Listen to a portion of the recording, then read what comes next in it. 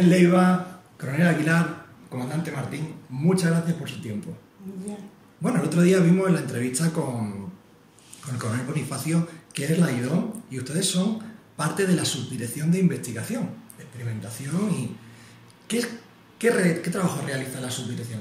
Somos la sección de investigación y análisis. Somos una de las 3 secciones que conforman la subdirección de investigación y lecciones aprendidas. La sección de investigación y análisis, la sección de lecciones aprendidas y la sección de gestión del conocimiento. Hoy tú estás con la sección de investigación y análisis. Y nosotros pues nos dedicamos a esa parte de investigación que no es I más D más I. Esa es la investigación, que todo el mundo entiende lo que es la investigación y lo que primero que te aparece, la imagen que te aparece del investigador. Eso no es nuestra investigación. Nuestra investigación es, pues, de una forma intelectual, de una forma experimental y sistemática, pues llegamos a una serie de nuevos conceptos que los implementamos o no, pero hacemos ese tipo de actividades intelectuales y de experimentación de una forma sistémica que después tienen su resultado en todo lo que son las capacidades militares. Por capacidades militares, ¿qué entendemos? Pues los componentes que la conforman son el factor humano y entonces pues, vemos desde su formación y lo que es su instrucción, la organización de las unidades en unidades de combate, los materiales con los que están dotadas, los procedimientos y su instrucción y su adiestramiento, la infraestructura que es necesaria para sostener todo esto y aquello que le da coherencia a todo ese conjunto que son las doctrinas. Lo que te acabo de explicar es un palabra que nosotros usamos, que es el mirado. Mirado son los componentes de las capacidades militares y eso es el objeto de nuestra investigación. ¿Y cómo lo hacemos? Pues tenemos 2 procesos principales que atienden a ese estudio, a esa investigación de capacidad. El primer proceso es la investigación teórica para el combate, que básicamente pretende ver cómo se desempeñarán las unidades en un horizonte futuro, y ese horizonte lo estimamos en 15 años. Y después tenemos el desarrollo de conceptos y su experimentación. Es el otro proceso que llevamos. Con este proceso que pretendemos dar solución a una nueva capacidad o una capacidad que ya está actual, cómo adaptarla al entorno actual o cualquier otro entorno que esté previsto. ¿Qué entendemos por básicamente lo que estamos hablando? Es dar solución a un problema militar operativo. El problema militar operativo es lo que te digo que es una falta de una capacidad o una adaptación de una capacidad que esté ahora mismo presente. Si empezamos con el primer proceso, que es la investigación teórica para el combate, pues este proceso lo hacemos en base a un documento fundamental para nosotros, que ya se te explicó en la conferencia anterior, y el que da origen a todo este ciclo del conocimiento. Es este documento que tienes aquí. Es el entorno operativo terrestre del futuro 2035. Ese es un documento fundamental y el que da inicio a todo el ciclo del conocimiento, como decimos. Este documento pues, pretende ver el entorno de actuación, aquellos riesgos y amenazas en los que se va a enfrentar el ejército de tierra en el 2035 y de dar forma. En base a pues ya se desarrollan otra serie de documentos, como pueden ser conceptos para el combate, pero hablaremos posteriormente. De este proceso de investigación teórica para el combate sacamos ese documento y sacamos el documento tendencia. Este es un documento que sacamos cada 2 años, lo vamos actualizando y estudiamos los ejércitos de nuestro entorno. Cómo van adaptándose a la evolución del combate, cómo se van transformando. Nosotros vamos estudiando y sacamos consecuencias para que sean de aplicación en nuestro ejército. ¿Cómo lo hacemos? Pues analizamos todos esos componentes de las capacidades militares que te he dicho anteriormente y en este caso muy importante pues está la influencia del conflicto de Ucrania y en menor medida el de Gaza, pero el de Ucrania lo estudiamos y lo aplicamos de una manera transversal a todos estos componentes de las capacidades militares y también a las funciones tácticas. Las funciones tácticas, todas y cada una de ellas van influidas de una forma decisiva por el conflicto de Ucrania. O sea, el conflicto de Ucrania está presente, toda la transformación que está acelerando y todas las nuevas tecnologías que se están empleando están muy presentes en todo este documento. Este documento, al fin y al cabo, lo desarrollamos dependiendo de la audiencia que nosotros queremos alcanzar. Hay un documento, primer documento, que es este, que está generado para aquellos que tienen la capacidad de decidir en nuestro ejército, y los cuarteles generales, los grandes cuarteles generales, los de mayor nivel. Hay un segundo documento que está generado para las pequeñas unidades.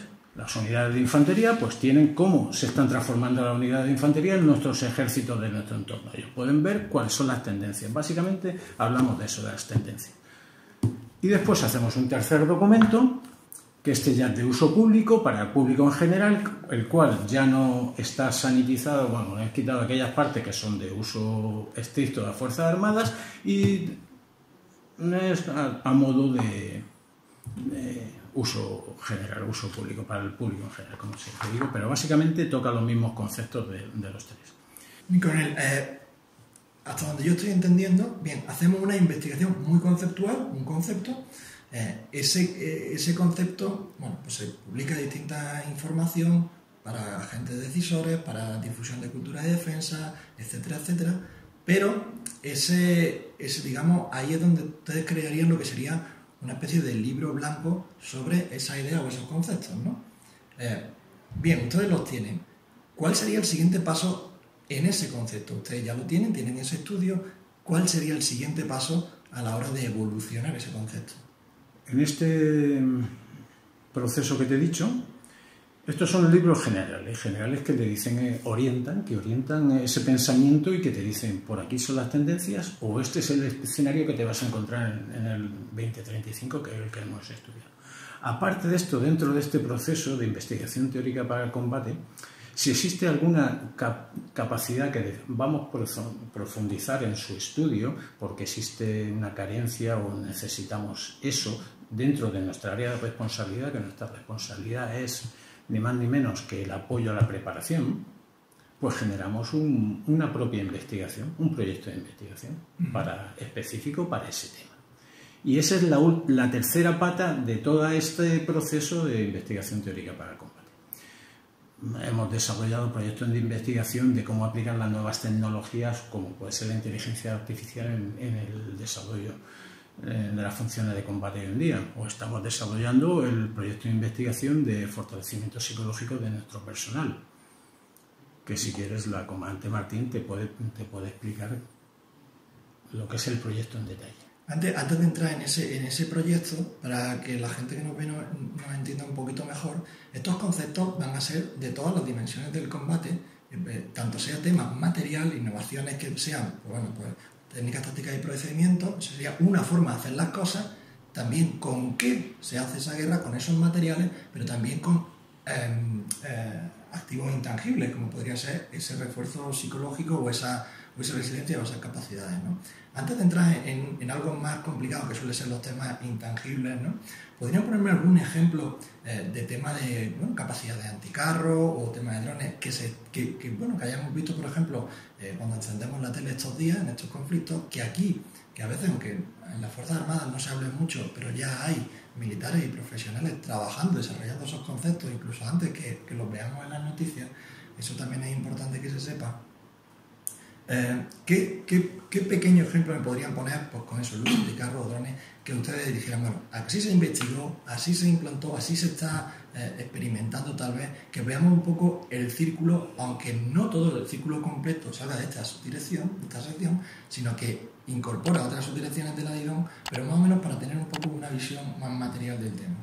Ese sería el segundo paso, el segundo, por ejemplo, proceso que desarrollamos, el proceso de desarrollo de conceptos y su experimentación.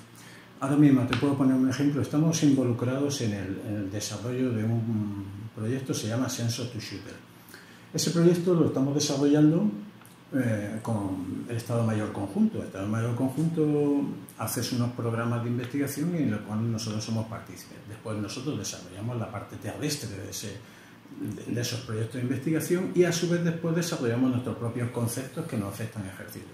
Pues en el proyecto este de Sensor to Shooter, que se llama un paso adelante en el proceso de decisión, la integración de sensores y elementos de fuego, ese es el nombre que tiene este proyecto, pues estamos viendo cómo integrar todos estos sensores que existen hoy en día en el campo de batalla, que se han multiplicado exponencialmente y que son de muy diversa índole, pueden ser tipo radares, tipo electrópticos, pueden ser térmicos, pueden ser del espacio electromagnético. Todos estos radares, todos esos datos, toda esa información que están obteniendo, la transmiten a un centro de procesamiento de datos. Esos datos pues se elabora información que es interesante para un proceso de decisión. Ese proceso de decisión, al final se obtiene una decisión y se lleva a un efector de fuego si es preciso, ¿no? A un elemento, al tipo de efecto que tú quieras. Pues todo ese proceso ahora mismo estamos en la parte de desarrollo de ese concepto y,